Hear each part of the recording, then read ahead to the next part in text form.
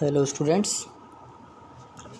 Last जो आपकी यानी प्रीवियस क्लास थी वहाँ हम पढ़ रहे थे मेन पार्ट्स के बारे में। हम सेल के बात कर रहे थे और सेल का एक मेन पार्ट हमने देखा था वहाँ पर प्लाज्मा मेम्ब्रेन इम्पोर्टेंट पार्ट था आपका। और उसमें हमने 5 फंक्शंस देखे थे, इम्पोर्टेंट फंक्शंस थे आपके। इम्पोर्टेंट फंक्शन में ऑस्मोसिस, डिफ्यूज़न, फेगोसाइटोसिस, पिनोसाइटोसिस और एक्सोसाइटोसिस की हमने वहाँ बात की थी। और अब जो सेकंड मेन पार्ट है आपका वो है साइटोप्लाज्म। यहाँ पर साइटोप्लाज्म एक थिक सॉल्यूशन होता है। मैंने आपको बताया था कि जैसे बकेट में वाटर भरा रहता है, ऐसे सेल के अंदर जो पूरी सेल के अंदर क्या फिल्ड होता है, साइटोप्लाज्म। तो साइटोप्लाज्म जो है थिक सॉल्यूशन है आपके यहाँ पर, that fills each cell and enclosed by cell membrane. Cell membrane से एनक्लोज्ड होता है। और दूसरी चीज़, इसमें composed of water, salts and protein. इसके अंदर जो कंपोजिशन है उसके अंदर वाटर होता है, सॉल्ट्स होते हैं, प्रोटीन्स होती हैं साइटोप्लाज्म के अंदर। तो ये छोटा सा एक पोर्शन है आपके। कभी जब इसका कंपोजिशन आपसे पूछा जाता है कि साइटोप्लाज्म के अंदर कौन कौन से कंपोनेंट्स होते हैं, तो यहाँ पर वाटर, सॉल्ट्स एंड प्रोटीन यहाँ पर प्रेजेंट होते हैं साइटोप्लाज्म में। और जो तीसरा और बड़ा पार्ट है आपके वो है यहाँ पर न्यूक्लियस। तो अभी इस पार्ट में, इस लेक्चर के इस पार्ट में हम न्यूक्लियस की बात करने वाले हैं। न्यूक्लियस को डिस्कवर किया था रॉबर्ट ब्राउन सर ने और उन्होंने इसकी स्ट्रक्चर बताई आपको। तो क्या स्ट्रक्चर है, यहाँ हम स्ट्रक्चर पहले डायग्राम से देखेंगे और उसके बाद इसकी थ्योरी को समझेंगे।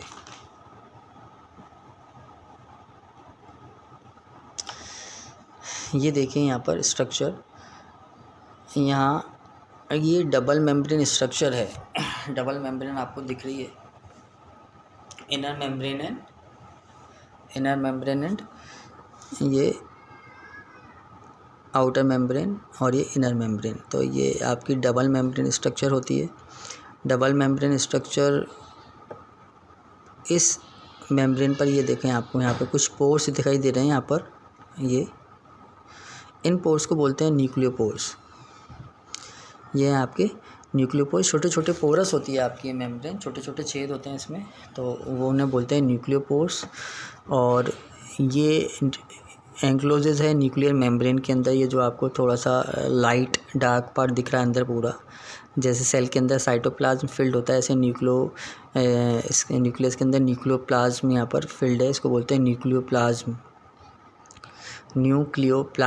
इसकी थोड़ी सी टर्मिनोलॉजी ध्यान रखनी पड़ेगी आपको बायो के अंदर, टर्म्स जो हैं। और ये लिक्विड के अंदर 2 स्ट्रक्चर्स यहाँ पर दिख रही हैं आपको। एक तो ये डार्क स्ट्रक्चर है, इसे हम बोलते हैं न्यूक्लियोलस, NUCLEOLOUS, न्यूक्लियोलस। और ये जो थ्रेड लाइक स्ट्रक्चर आपको फैली हुई दिख रही है यहाँ पर, इसको बोलते हैं क्रोमेटिन मटेरियल। तो ये 5 टर्म हैं आपकी मेन न्यूक्लियस की। तो इसकी स्ट्रक्चर को देखते हैं यहाँ पर। मैं आपको सिंपल सी लैंग्वेज में फिर से बता देता हूँ यहाँ पर कि ये डायग्राम से इजीली समझ में आ जाता है कि डबल मेम्ब्रेन स्ट्रक्चर होती है, आउटर मेम्ब्रेन, इनर मेम्ब्रेन। ये जो मेम्ब्रेन है इस पर छोटे छोटे पोर्स होते हैं जिन्हें हम बोलते हैं न्यूक्लियोपोर्स। इन न्यूक्लियोपोर्स का काम क्या होता है कि न्यूक्लियोप्लाज्म और जो बाहर इसके साइटोप्लाज्म है, ठीक है, उनके बीच में मटेरियल का एक्सचेंज करने में ये हेल्प करते हैं न्यूक्लियोपोर्स। ये न्यूक्लियोप्लाज्म एंड यहाँ पर साइटोप्लाज्म है ना, ये पूरा साइटोप्लाज्म है इसके आसपास। तो ये जो भी मटेरियल एक्सचेंज करना चाहे तो न्यूक्लियोपोर्स का यहाँ पे वर्क क्या है कि ये जो मटेरियल है आपके उनको एक्सचेंज करने में हेल्प करते हैं। थर्ड चीज़ जो है कि इसके अंदर, इस लिक्विड के अंदर इसके अंदर जो लिक्विड फील्ड है न्यूक्लियोप्लाज्म, उसके पास 2 स्ट्रक्चर्स हैं, एक न्यूक्लियोलस और दूसरी क्रोमेटिन मटेरियल। जो न्यूक्लियोलस है आपका, न्यूक्लियोलस इम्पोर्टेंट स्ट्रक्चर है और ये राइबोसोम का सिंथेसिस करने का काम करता है न्यूक्लियोलस। ये जो आपकी राइबोसोम एक और सेल ऑर्गेनेल है सेल के अंदर छोटा सा, तो उसको सिंथेसिस करता है। और जो राइबोसोम को ये जो सिंथेसिस करता है, राइबोसोम का फंक्शन क्या है कि वो प्रोटीन को सिंथेसिस करते हैं। तो अपन आगे बात करेंगे कुल मिला के कि मेन काम क्या है न्यूक्लियोलस का, कि वो फैक्ट्री ऑफ राइबोसोम भी कहलाता है, क्योंकि ये राइबोसोम का सिंथेसिस करता है। साथ में क्रोमेटिन मटेरियल है यहाँ पर एक और स्ट्रक्चर। तो ये क्रोमेटिन मटेरियल ड्यूरिंग रिप्रोडक्शन, जब रिप्रोडक्शन की प्रोसेस होती है लिविंग ऑर्गेनिजम्स की, तो लिविंग ऑर्गेनिज्म जब रिप्रोडक्शन करते हैं तो ये क्रोमेटिन मटेरियल कंडेंस हो जाता है, यानी कन्वर्ट हो जाता है क्रोमोसोम्स के अंदर। और क्रोमोसोम्स की अगर बात करें अपन, तो वो सेगमेंट ऑफ डीएनए कहलाते हैं, और जिन पर जीन्स होते हैं, यानी जो जेनेटिक मटेरियल है जो ट्रांसफ़र होता है एक जनरेशन से दूसरी जनरेशन। तो न्यूक्लियस वेरी इंपॉर्टेंट स्ट्रक्चर होती है किसी भी लिविंग ऑर्गेनिज्म के अंदर।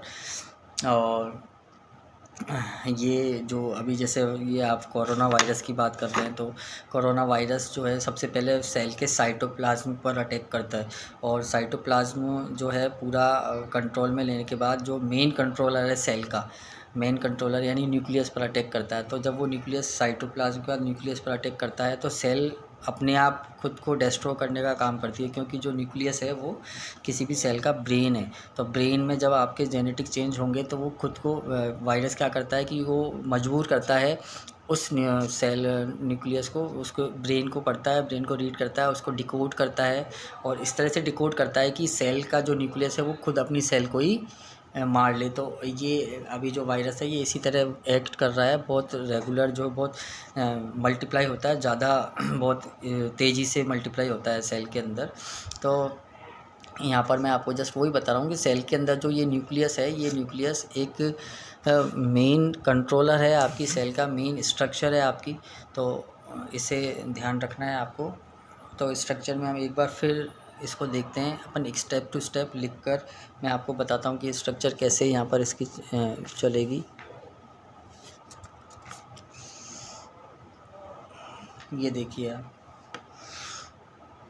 सबसे पहले डबल मेम्ब्रेन स्ट्रक्चर। मैंने आपको क्या बोला कि ये डबल मेम्ब्रेन स्ट्रक्चर है, दो मेम्ब्रेन होंगी, एक आउटर मेम्ब्रेन और एक इनर मेम्ब्रेन। आप ये चाहें तो यहाँ पर वो शो कर सकते हैं लिखकर अलग से कि outer membrane inner membrane. Membrane encloses अ फ्लूइड, एक फ्लूइड को एनक्लोज बंद करके रखती हैं मेम्ब्रेन। उस फ्लूइड को हम क्या बोलते हैं? Called nucleoplasm. स्पेलिंग ध्यान रखनी होंगी आपको इनकी, NUCLEO nucleoplasm, PLASM nucleoplasm. And at the membrane, और मेम्ब्रेन के ऊपर ही अपन देखेंगे, at the membrane some pores are present called nucleopores. जो अपन ने बात की थी कि भाई डबल मेम्ब्रेन स्ट्रक्चर है और एक फ्लूइड को एनक्लोज करेगी जिसे अपन ने न्यूक्लियोप्लाज्म बोला, और यहाँ पर उस पर पोर्स होंगे छोटे छोटे न्यूक्लियर मेम्ब्रेन पर, तो उन्हें पोर्स को क्या बोलेंगे हम? न्यूक्लियोपोर्स। अब यहाँ पर न्यूक्लियोपोर्स का जो है वो फंक्शन क्या होगा?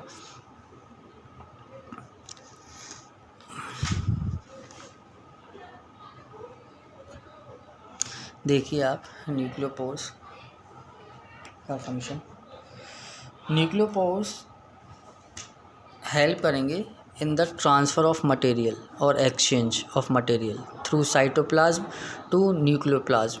मतलब न्यूक्लियोपोर्स से जो न्यूक्लियोपोर्स किनकी बीच का लिंक है? न्यूक्लियोप्लाज्म और साइटोप्लाज्म।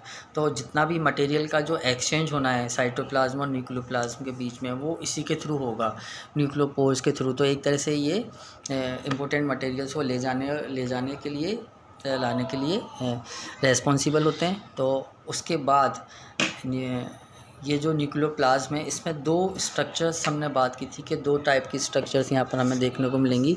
एक स्ट्रक्चर है न्यूक्लियोलस और दूसरी है क्रोमेटिन मटेरियल। तो जो न्यूक्लियस है वो सिंथेसिस करेगा आपके राइबोसोम्स को, तो राइबोसोम्स को सिंथेसिस करने के कारण इसे हम बोलते हैं फैक्ट्री ऑफ राइबोसोम। तो nucleus is also called factory of ribosome कहलाएगा। दूसरा जो मटेरियल है वो है अपने पास क्रोमेटिन मटेरियल। तो chromatin material condense during reproduction के दौरान ये क्रोमेटिन मटेरियल कंडेंस होगा एंड चेंज इनटू क्रोमोसोम, और क्रोमोसोम के अंदर चेंज हो जाएगा। तो ये दो चीज़ मैंने बताई। तो क्रोमोसोम जो क्या है वो हमारे पास क्या है यहाँ पर? Chromosomes are segment of DNA which contain gene, जो जीन को कंटेन करता है। और जीन के बारे में मैंने आपको पहले भी बता रखा है कि जीन का जो फंक्शन है वो क्या है कि जीन आपके हेरिडिटरी मटेरियल्स को ट्रांसफ़र करने का काम करते हैं, एक पेरेंट से दूसरे पेरेंट, एक जनरेशन से दूसरी जनरेशन में। तो इस तरह से आपके ये न्यूक्लियस की स्ट्रक्चर इम्पोर्टेंट स्ट्रक्चर होती है। तो यहाँ से फिर से हम रिकैप करेंगे एक बार। 3 मेन पार्ट्स आपके बेटा यहाँ पर ख़त्म हो चुके हैं। तीनों मेन पार्ट्स में हमने बात की थी। सबसे पहले प्लाज्मा मेम्ब्रेन की, दूसरा साइटोप्लाज्म था और तीसरा ये न्यूक्लियस है। न्यूक्लियस जो है आपका कंट्रोलिंग सेंटर होता है ना, मेन सेंटर होता है और जेनेटिक मटेरियल को ट्रांसफ़र करने का एक काम करता है। ये इसके फंक्शन भी हैं यहाँ पर, तो अपन लिखे हुए देख लेंगे वो आगे। तो प्लाज्मा मेम्ब्रेन को वापस से अभी तक अपन ने इस पार्ट में क्या, सेल चैप्टर में क्या पढ़ा है, फिर से मैं आपको रिकैप कर दूं टॉपिक्स वहाँ पर, ताकि आपको समराइज़ करके इजी रहे पढ़ने के लिए। तो फर्स्ट आपके पास यहाँ पर था, जब हमने स्टार्ट किया था कि सेल क्या होती है। सेल के हमने वहाँ देखे थे कि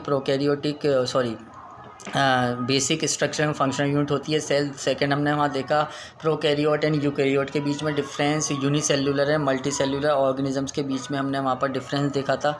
और उसके बाद हमने सेल के पार्ट्स किए थे। सेल के पार्ट्स को हमने 2 पार्ट्स में डिवाइड सेल को किया था, एक आपका मल्टी सेल्युलर और एक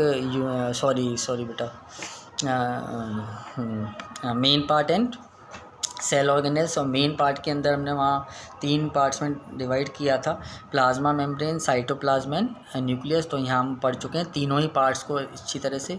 प्लाज्मा मेम्ब्रेन में हमने वहाँ पर 5 फंक्शन देखे थे। वेरी इंपॉर्टेंट फंक्शन है वो डिफ्यूज़न, ऑस्मोसिस का एक पार्ट मुझे आपको भी पढ़ाना है कि ऑस्मोसिस के बेस पर वहाँ पर सॉल्यूशंस कितने टाइप के होते हैं। तो वो अभी अपन इसी पार्ट में पढ़ने वाले हैं आगे, और न्यूक्लियस के फंक्शन भी देखने वाले हैं। और जहाँ तक एक सेल ऑर्गेनेल को भी हम डिस्कस करने वाले हैं अभी नेक्स्ट पार्ट के अंदर। तो वहाँ ऑस्मोसिस, डिफ्यूज़न, दूसरा वहाँ पर एंडोसाइटोसिस एंड एक्सोसाइटोसिस। एंडोसाइटोसिस में वहाँ पर 2 पार्ट्स थे एंडोसाइटोसिस के। एक पार्ट था फेगोसाइटोसिस और दूसरा पार्ट था वहाँ पर पिनोसाइटोसिस। तो इस तरह से ये पोर्शन आपका ख़त्म हो गया है ऑलमोस्ट मेन पार्ट वाला, क्योंकि अब सेल ऑर्गेनेल्स चलेंगे। सेल ऑर्गेनेल्स 2 लेक्चर्स आपके अभी और चलेंगे। और आपका एक इम्पोर्टेंट बात और है बेटा कि आपका जो टेस्ट है वो अभी स्टार्ट होने वाला है। नेक्स्ट सैटरडे होगा आपका ऑनलाइन टेस्ट 4:30 4:30 बजे। लेक्चर से जस्ट पहले आपका टेस्ट होगा। तो आपका टेस्ट में फर्स्ट चैप्टर जो मैटर इन और सराउंडिंग है, वो चैप्टर वहाँ हम इंक्लूड कर रहे हैं उस टेस्ट के लिए। तो आप उसको प्रिपेयर कर लें अच्छी तरह से। और जो नेक्स्ट लेक्चर आपका होगा वो सेल का होगा, तो नया जो भी टेस्ट होगा आपका वो सेल चैप्टर होगा। तो आप जो लेक्चर्स हैं बेटा वो रेगुलर लें। जब भी ये लेक्चर्स डाउनलोड हो, उसके जस्ट अपलोड हो, उसके जस्ट बाद आप ये लेक्चर्स को लें। और कोई भी डाउट हो तो आप मुझसे पूछ सकते हैं। थैंक यू बेटा।